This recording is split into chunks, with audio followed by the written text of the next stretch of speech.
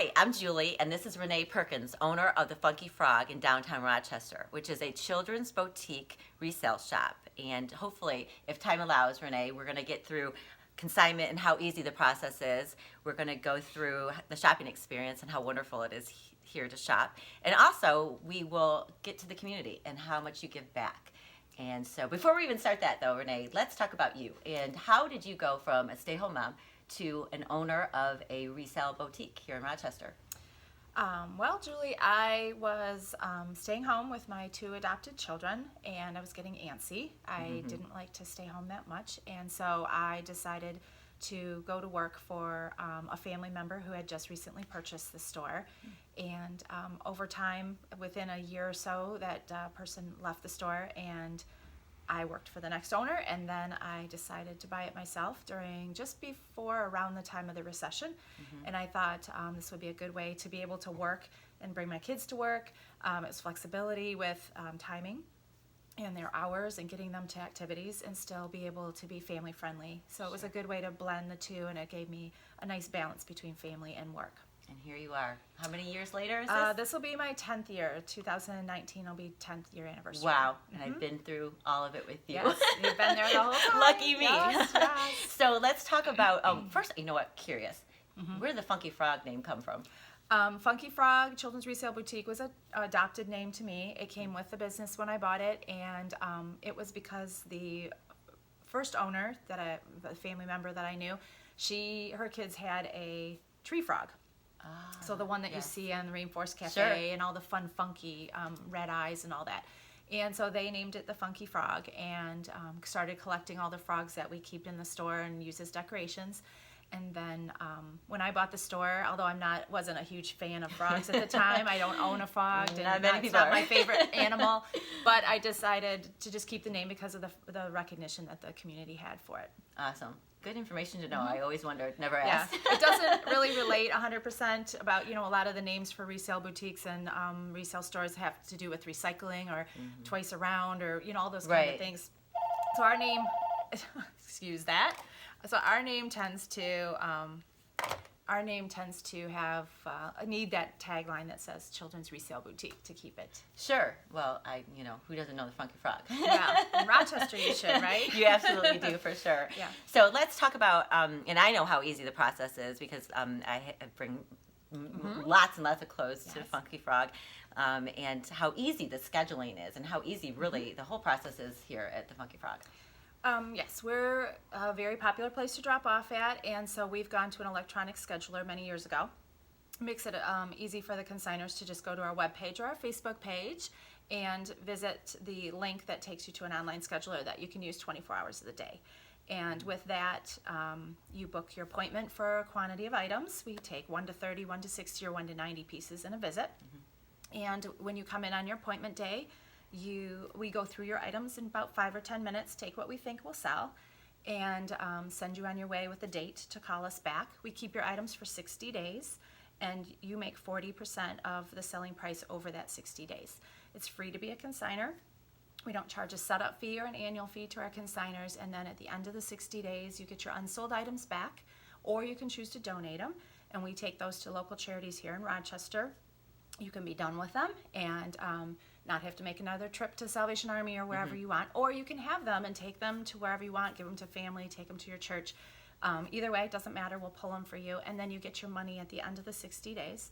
If you want to shop with your money, you can use the money in-store as in-store credit. It does go a bit further, so it's like a 50% in-store credit or 40% cashing out. Excellent. It's such an easy process. It really is. It works really well. Yes. But book ahead. Book early. Yeah, I can attest to that. It does get filled very quickly. It does. So. It absolutely does. And let's talk about the shopping experience here. How would you describe the people that come in and the atmosphere as you're shopping? Well, we like to keep it a bit high, a little higher scale. So we like to call it a boutique experience as opposed to the Salvation Army or garage sale or flea market experience. We will have it's very organized. I'm a very organized person, as I have to be handling thousands of things every week. Absolutely. And so we have it divided by girl and boy. We have it colorized within the sizes. Everything's sized. We do change our displays frequently, our window displays, So there's always something. We get about 200 to 300 things a day. So there's always something new on the floor. So the first thing I would say is that it's a new store almost every time, almost every week. If you came in, it would be different for your experience. It's friendly, it's bright and cheery and funky with all the kind of decorations we have. It's easy. It's an easy experience. We have a parking deck right behind us, so you can come in the rear door right from the west parking deck where they have 1 hour free parking. So if you're going to stay, you can be free parking and easy access. You can come in, and it is just casual. We just say hi. If you need something, ask. If you have your kids, we have a play area so kids can come and just play and hang out while you shop. Or we have people that literally come here kind of as a play date, and then they end up hanging out, and then they'll go to the park or do whatever. But they meet here. They start here because they know the kids are going to enjoy themselves. We have a lot of people that do just, the kids are like, if we come through town, they'll say, the kids make me stop if we come walking through town. We have to come in and see what's new. I love that. So the kids are shoppers. We have grandparents and aunts and dads, and everyone stops in just to see. We have a really active Facebook page, so I really recommend, if you want to get to know us, join us there. You'll see it's not just sell. We do a lot of what's happening in town. We do a lot of fun, just stupid, silly things that everyone does on Facebook. But we will tell you what's happening, new arrivals. We do a Tuesday morning at 9:30 before we open. I show you all the new high-end things that have arrived. So it's really a fun selling experience. You can sit with your coffee and your PJs at home and hold things that you want to see in person and come in and check them out. But you get first dibs on things that just arrived in the last 3-4 days. So coming in here, I love it here. It's friendly, it's happy, people enjoy it. We don't have a lot of drama. It's just a nice place to pass through when you're uptown. Awesome. Excellent. All right, so community and what you give. I'm just going to hit that because it's so much. It's constant what you're doing. You can't help but not love Rochester. I have loved Rochester since I moved here, and with 10 years in the store, and a few years before that working in the Rochester area with the store prior to owning it, as well as just being I live just 5 minutes away or so.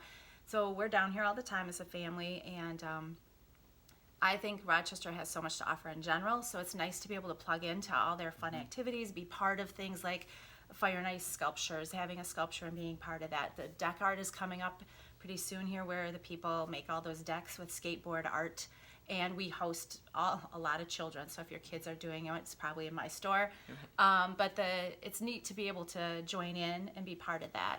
Sidewalk sales are huge. I mean, it's a 50-plus year tradition, and we always have a lot of fun stuff out there, as well as our neighbors with their things. And then I like to do a lot of giving back. I mean, a lot of people helped me along my way, and as a female business owner, a small business owner, I feel like it's important to support other people, so we do a lot of in-store events. People approach me that they're selling or crafting or starting a small business and they want to feature it. We've had people come in and do small demo classes to help their enrollment and get their name out and get to meet new clients. We've had people bring their craft things or their new small business like Tupperware or Wildflowers or Pampered Chef or whatever, and set up in the store for a Saturday and just get exposure, make new contacts, sell things. But I like helping them. It doesn't cost anything to me to open up my store and have an open house with them, and they bring in their customers that they know, and I bring my customers, and together we help each other. In addition to that, I like to just join initiatives that hit my heart. I mean, I was the first business in Rochester to host the organic raised bed gardens for Raising Rochester. You've probably seen them all over town. They've been at schools and churches and the farmers market. And for the first few years, we were raising vegetables for neighborhood houses, food pantry. Awesome. And then they would also be selling some of that so that they could keep the program going at the farmers market. Love it. So we still have the flower beds. I mean, they're now probably going to be turned to flower beds. I am working Soon. with them. They're getting aged, and their dirt needs a lot of rehabilitation. But anyway, we're going to keep the flower beds. They really enhance the back entranceway to have something nice instead of a big concrete doorway. We had the growing. And we'll do some of the vegetables still, and maybe some flowers as the beds need to be rehabilitated. Maybe we can call out for some help. Yeah, we need a construction person. Yes. In addition, we do year-round, we take diapers. That started with the Detroit Diaper Bank about 5 or 6 years ago. The diaper bank asked us to be a drop point for the northern Oakland area to drop off diapers, whether they're open packs, new packs, adult diapers, children's diapers, any kind of diaper, any size, any quantity.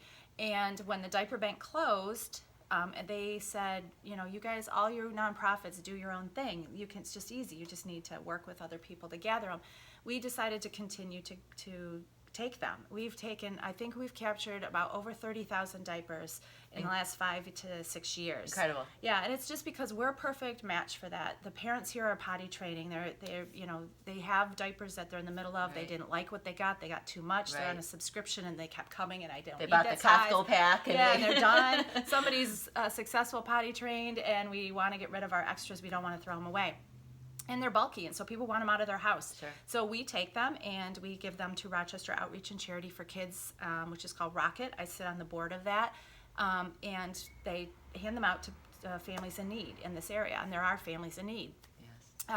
The Older Persons Commission, I take the adult incontinent products to them. We've had a lot of people bring, grandmothers, grandfathers, daughters and such bring, grandma or grandpa passes away, husband had a surgery, wife, Sure. whatever. There's incontinent products in your house that were temporary or you no longer need, and so they're a waste if they aren't given to somebody. And the Older Persons Commission will give them to our seniors in this area that might have a little need of, money's tight, Sure. and diapers and incontinent products are expensive, and they're not covered by our insurance. It adds So up. it's really important. I went through that during the recession when you're on a little assistance and the assistant doesn't help you cover the cost for your diapers. You make compromises with your child's health and your own health if you're an elderly Sure. person. So that was really important to continue. So I do that all the time. You can drop by 1 diaper, 10 diapers, 20 boxes, whatever you have. We'll get them to somebody who can use them. We collect crayons. So when you have that restaurant crayon that you get, crayons, and they're in the bottom of your purse, in the bottom of your diaper bag, Sure. whatever, rolling around in the car. Collecting. Yeah, and you have that end of school, and the box comes home, and there's all these broken crayons or half crayons.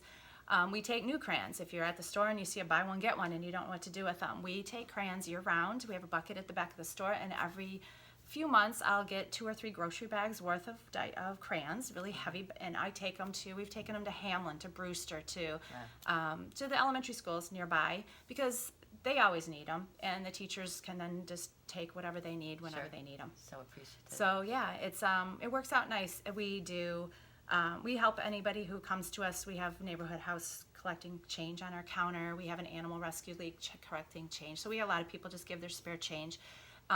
We have done shoe drives, book drives, clothes drives, coat drives, prom dress drives, everything like that. But I just believe in, since I don't have deep pockets, I can give my time, I can give my location.